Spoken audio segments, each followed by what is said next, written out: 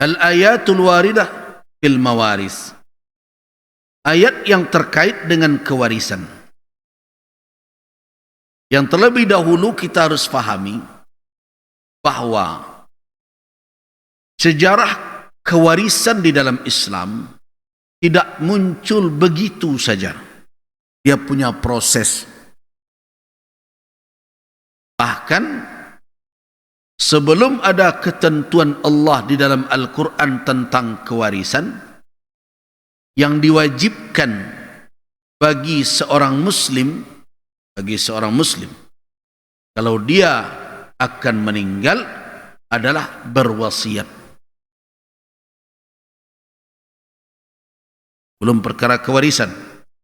Seseorang kalau akan meninggal, apa yang diwajibkan kepada mereka adalah berwasiat. Di mana kita temukan ayat itu? Perhatikan firman Allah Subhanahu wa taala. Lihat ya. Kutiba alaikum idza hadara ahadakumul maut in taraka khairanil wasiyatu lil walidaini wal aqrabin lil walidaini wal aqrabina bil ma'ruf haqqan 'alal muttaqin. Sebelum kewarisan ditetapkan, apa awal perintah terkait dengan harta yang akan ditinggalkan oleh seseorang kalau dia sudah merasa ajalnya hampir tiba? Adalah wasiat. Karena itulah makanya pada awal Islam, sebelum kewarisan, wasiat itu hukumnya wajib, bukan sunnah. Dari mana kita tahu? Dari firman Allah dalam surat Al-Baqarah tersebut, ayat 180 itu. Kutiba alaikum, diwajibkan atas kamu, idza hadara ahadakumul mautu, apabila telah hadir kepada seseorang kamu kematian. Apa maknanya hadir kematian? Artinya dia qurbal maut. Ketika dia dekat akan meninggal, maka in taraka khairan, jika dia meninggalkan kebaikan. Jadi yang akan diwasiat itu nanawak punyo nanelo. Nado nan wasiat arato orang. Kemati dan ambil arato siapa dia, tidak begitu.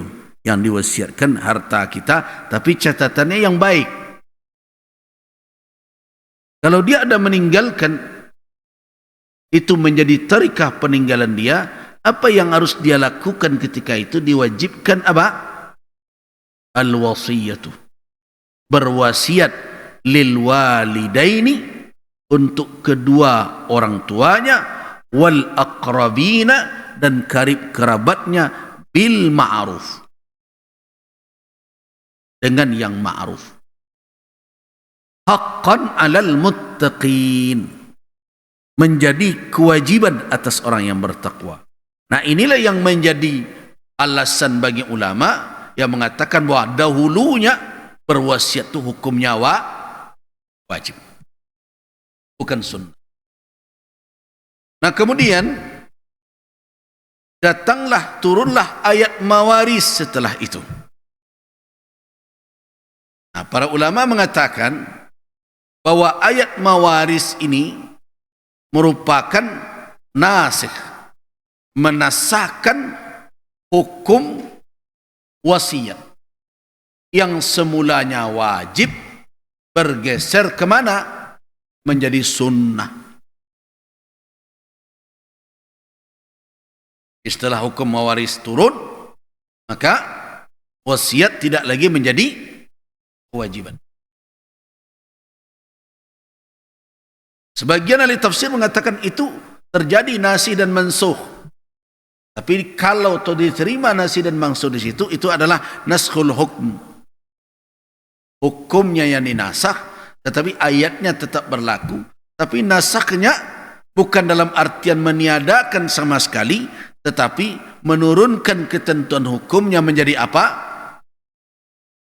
Menjadi sunnah, tidak lagi menjadi kewajiban sebagaimana pada awalnya.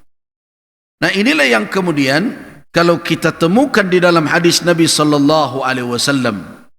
Ini hadis sahih diriwayatkan dari Amr bin Kharijah, juga dari Abu Umamah Al-Bahili di dalam riwayat Al-Imam At-Tirmidzi. Setidaknya para ulama mengatakan hadis ini adalah hadis hasan sahih. Mereka menukilkan dari Nabi sallallahu alaihi wasallam, ini adalah di antara pidato Nabi sallallahu alaihi wasallam, dan mengatakan ini adalah ketika beliau melakukan ibadah haji. Apa kata Amr bin Kharijah? Kuntu akhidhan bi zimami naqati Rasulillah sallallahu alaihi wasallam wa li'abuha yasilu ala katifayya. Saya dulu memegang tali kekang unta Nabi. Kekang unta Nabi. Nabi berkhutbah ketika itu tidak di mimbar, tapi di atas unta. Nah, wa li'abuha, air liur unta itu, yasilu ala katifai, meleleh membasahi dua bahu saya, karena dia pegang itu, dan Nabi berkhutbah di atas. Faqal, apa di antara isi khutbah Nabi? Ala inna Allah qad a'ta likulli dhi haqqin haqqah. Ala, ketahuilah sesungguhnya Allah telah memberikan setiap yang berhak itu haknya. Ini terkait dengan apa? Kewarisan. Siapa yang berhak menerima waris telah ditetapkan oleh Allah. Jatahnya sudah ada. Ala, maka ketahuilah, innahu la yajuzu liwarisin wasiyatun. Dalam lafaz lain, ala innahu laisa liwarisin wasiyah. Tidak ada lagi wasiat untuk waris. Ini ada dua pemahaman ulama nanti. Ada ulama yang berpendapat mengatakan selama ahli waris tidak boleh menerima wasiat seluruhnya. Tapi ada ulama yang berpendapat bahwa tidak ada wasiat, la wasiyata liwarisin, itu maknanya bukan seluruh ahli waris, tetapi ahli waris yang menerima warisan. Ahli waris itu ada yang menerima warisan, ada yang tidak menerima warisan karena dia terhalang oleh yang lain. Ini misal, kita ambil contoh. Apabila seorang meninggal, si mayat meninggalkan anak laki-laki, anak perempuan, meninggalkan saudara kandung laki-laki dan perempuan, meninggalkan istri, meninggalkan bapak dan ibunya. Ini misal. Dari jumlah ahli waris yang ada itu, siapa yang menerima warisan? Ya ahli waris. Termasuk kalau ada cucunya, itu ahli warisnya. Tapi tidak semua warasah itu waris.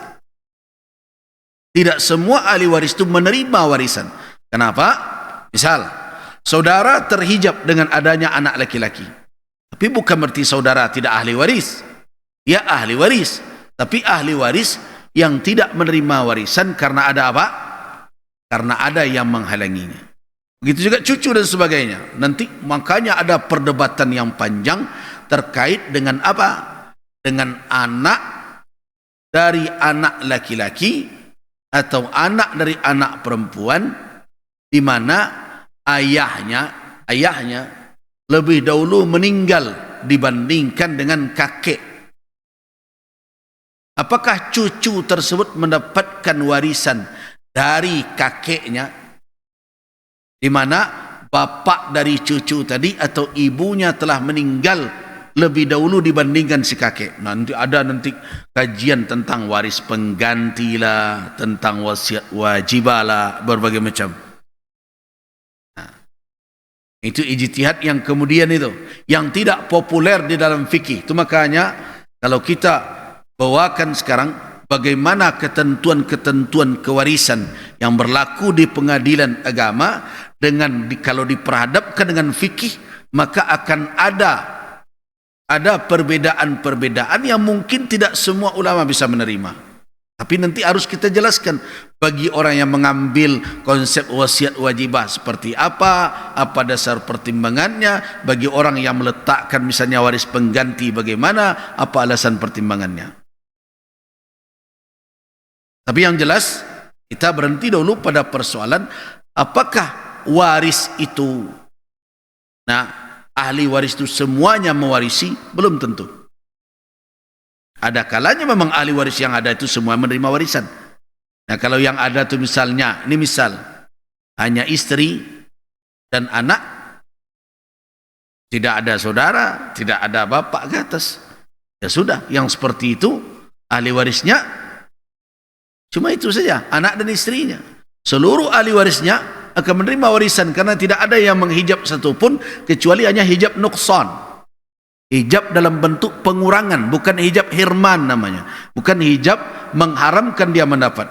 Seorang istri, dia akan terhijab oleh anaknya, tapi bukan sama sekali tidak mendapat. Tetapi dia akan berkurang kewarisannya, harta yang diwarisinya dengan keberadaan anak. Kenapa? Kalau kamu punya anak, maka untuk pasanganmu berapa?